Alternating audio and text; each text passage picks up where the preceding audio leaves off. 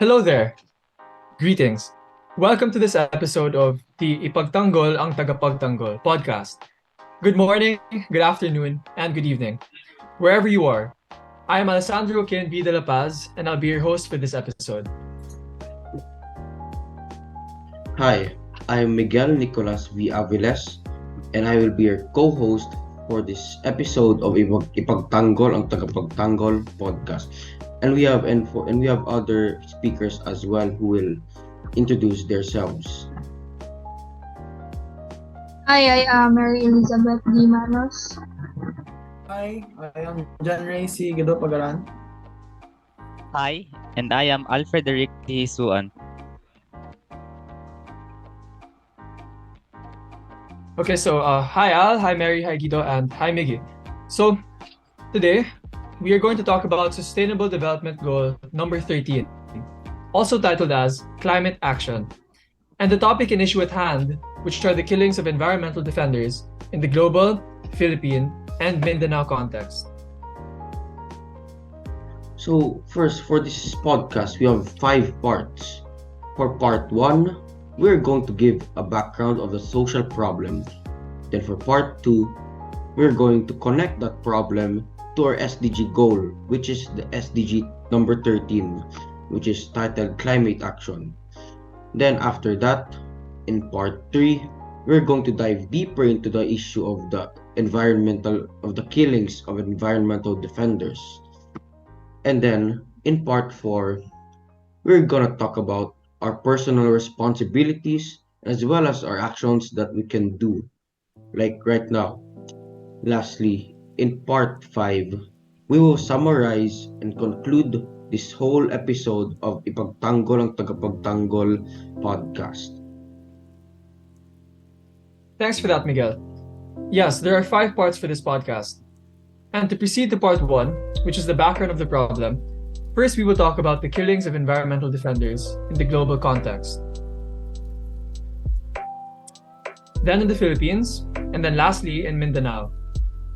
Climate change is already a big problem for mankind. It is real, and we are already experiencing it. In fact, some even say that this might be the biggest challenge humanity has ever to face. However, with climate change being a big enough problem already, now even the environmental defenders, the very people who are doing something to combat climate change, are being killed. So now we have another problem to deal with. So for the global context, according to the Global Witness in 2022, since the year 2012, over 1,733 defenders have been killed. And that's an average of about 1 defender killed every 2 days over 10 years. They also stated in 2021, 200 defenders were killed, which is equivalent to nearly 4 people a week. The top 5 being first Mexico with 54, Colombia with 33, Brazil with 26, Philippines with 19, and lastly India with 14 casualties. For me, we do really need to look out for our environmental defenders, the people who are already combating climate change.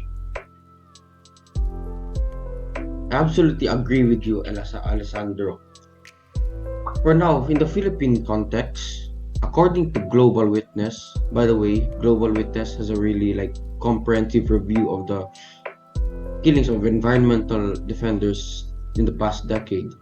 Anyway, according to Global Witness, in the Philippines, for land and environmental defenders, we remain one of the worst places to be in the world. In Asia, however, we are not just considered as one of the worst, but we are indeed the worst. In the last decade, 270 land and environmental defenders were killed, and as mentioned in the global context, 19 were killed in 2021. In the Global Witness report, they also stated that over 80% of the killings in the country over the past decade were connected to protest by the defenders against company operations, with a third of them linked to the mining industry. Philippines ranked second with 6 casualties behind Mexico with 15. In my opinion, this is absolutely crazy. Why? Because Philippines is such a small archipelago. It's just a small country, and yet it is able to make its way to a list such as this. I just find it ridiculous because in Asia, again, in the world, we are already one of the worst. There are already around 190 plus countries in the world, and yet a small archipelago like the Philippines made it to the list. And again, in Asia, we are already the worst. And also ironic, what's also ironic in that is that the Philippines is also the country that's already experiencing climate change, the effects of climate change. So for me, again, it is absolutely crazy that we're on that list.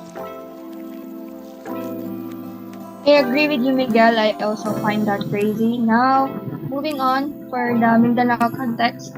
In Mindanao, there are different tribes and indigenous people. So, land and environmental defenders in Mindanao are not an exception to killings.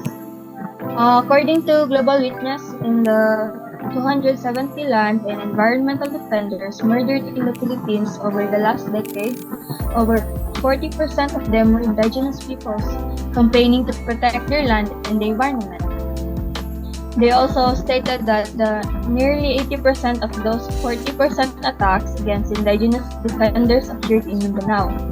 In my opinion, we really need to collectively stop neglecting the indigenous peoples in Mindanao.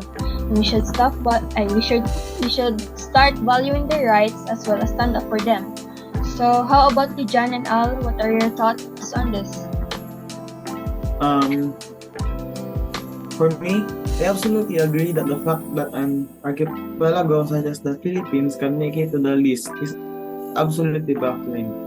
And it shows how much of a big problem this one is. I agree with you, John Ray. For me, I also agree that we really need to take rights of the indigenous people more seriously, especially because it has been a pressing issue for a long time already. Thanks for sharing your opinion, Guido and Al. I found that really insightful. And I especially agree with you, Al. I do agree that we do really need to take the rights of the indigenous people more seriously. And so moving on to part 2, our Sustainable Development Goal, or SDG in short, is number 13, which is climate action. For me, I think this one is pretty straightforward. The SDG's goal is to simply combat climate change. In fact, the official mission statement of this goal is to take urgent action to combat climate change and its impacts. So, connecting that to our topic, obviously, before we can focus on climate change, we must focus on protecting the ones who are already doing something about it, right? Because once we address that, we can move on to focusing on climate change altogether, collectively. I guess, yep. So, yeah, I absolutely agree with you that we need to really collectively fight for climate change, but before we have to fix this division between the environmental defenders and the ones targeting them. And then maybe if we fix that division, then maybe we can collectively fight for against climate change. So yeah, I absolutely agree with you. Also, there's also a term called climate justice. When I first heard it, I thought it was just another term or synonym for climate change. However, when I looked it up, climate justice, I saw that climate justice means finding solutions to the climate crisis that not only reduces emissions or protect the natural world, but that do so in a way which creates a fairer, more just, and more equal world in the process. This is in correlation with our topic and our SDG, which is the protecting the environment along with the environmental defenders who are not, who are always victims of injustice, especially especially in defending their home, because they did not do anything wrong at all. All they did was stand up against climate change. All they did was stand up for their homes, protect their homes, fight climate change, and yet they're the ones who are getting killed for it. That's pretty much it for part 2.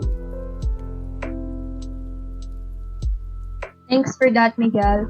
Moving to the part 3, the topic is about killings of environmental defenders. However, before we do that, let us talk about the value of our environment first. Now, this is very straightforward. The environment provides everything we need to live, such as the air we breathe, the food we eat, the water we drink, and a lot more. We're also just byproducts of our environment. Therefore, we are part of the environment. With that being said, destroying the environment would mean destroying ourselves with all of the other living things. I absolutely agree with you. The environment is indeed very important. Now to proceed with the topic, which is the killings of environment defenders, as said in the global context, according to the global witness, in the last decade, globally since 2012, 1,733 defenders have been killed. That's an average of one defender killed every 2 days over 10 years. They also stated that in 2021, 200 defenders were killed, which is equivalent to nearly 4 people a week. The Philippines, being a small archipelago, was still able to find itself in the top 5 in Asia. The Philippines are considered the worst in the last decade. 270 defenders were killed in the Philippines, and in 2021, 19 were killed. We also have to take account that 80% of these killings the past decade were connected to the protest of the defenders against company operations, with a third of them related to mining. This implies that our economic system is broken because profit and power fuels it. 40% of the killings in the past decades were indigenous people as well, 80% of which occurred in Mindanao. Lumad tribes who protect their homes are mostly especially vulnerable. Hey, so as we all know, climate change will keep on going. That is why any problem related to climate change should be addressed with utmost urgency. I'm going to have to agree with you, Al. Climate change has been no stranger to us. The climate crisis has been going on for quite some time, and it's only getting worse. Despite the various actions that have been taken across the globe to mitigate climate change, this problem still seems to persist. But that does not mean we should give up. In fact, that is more reason for us to keep going and to fight for our environment and our climate in our own small ways. And with that being said, let's proceed to part 4, personal responsibility and action. This part is also pretty straightforward. Firstly, we can stand up for the environmental defenders, support them, advocate for them, and others. Moving on, secondly, we can do our part in fighting against climate change. And that's either through practicing the 3 R's, volunteering in cleanups, using public transportation, or walking, and a lot more. Absolutely agree with you.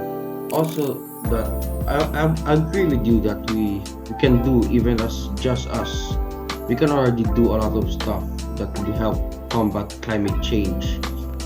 So even though sometimes that we have these problems, maybe school tasks or work, these environmental defenders have been really facing they're facing a lot much worse. So like in the global scale or the scale of the problem that these environmental defenders, the least we can do is follow this, either practicing the 3 R's to reuse, reduce, or recycle, volunteering cleanups, using public transportation, or just walking, cycling and walking, by the way, can also benefit you because it's exercise and a lot more. So yeah, also to add to that, youth involvement is also important because the youth is the next generation who will soon take over and deal with these problems. After this, the youth it's important for the youth to be already trained and honed and shapen up and exposed to these pressing issues, because soon enough the kids right now, they will be up there in the podiums, maybe in UN. They will be up there advocating for the issues not just limited to climate change or the killings of environmental defenders, but in general in these SDGs. That's why youth is also really important. So that's for part 4. That's our responsibility. That's our responsibilities and the actions that we can take for now and maybe in the short run and maybe later in the long run. So yeah. So to proceed to part 5, the last part, which is the conclusion, we're gonna summarize everything in this episode. First, in part 1 is the background of the study, wherein we set the context of the topic issue at hand, i.e. the killings of environmental defenders in the global, national or Philippine, and local or Mindanao context. Then in part 2, we connected SDG 13, also the SDG titled Climate Action, to this particular issue. Then in part 3, we went deeper into the issue of the killings of environmental defenders. Then last but not least, in part 4, we talk about our personal responsibilities in this issue and the actions that we can do to combat not just the issues of the killings of environmental defenders, but as well as climate change in the whole. Wow. Thanks, Miguel. That seemed like a lot to take in, but it's true. This crisis that's going on regarding our environment and its defenders is no joke. And I'm really glad that we've had a chance to discuss the problem and talk about some valuable points. I think this podcast has been very informative and insightful. So I'd like to thank those of us tonight, Miguel Aviles, Alfredo Kisuan, John Ray Guido Pagaran, and Mary Elizabeth Manos. That pretty much sums up this whole episode. Thanks especially to those of you watching at home. Make sure to catch us on the next one. Thank you for listening. Thank you for listening.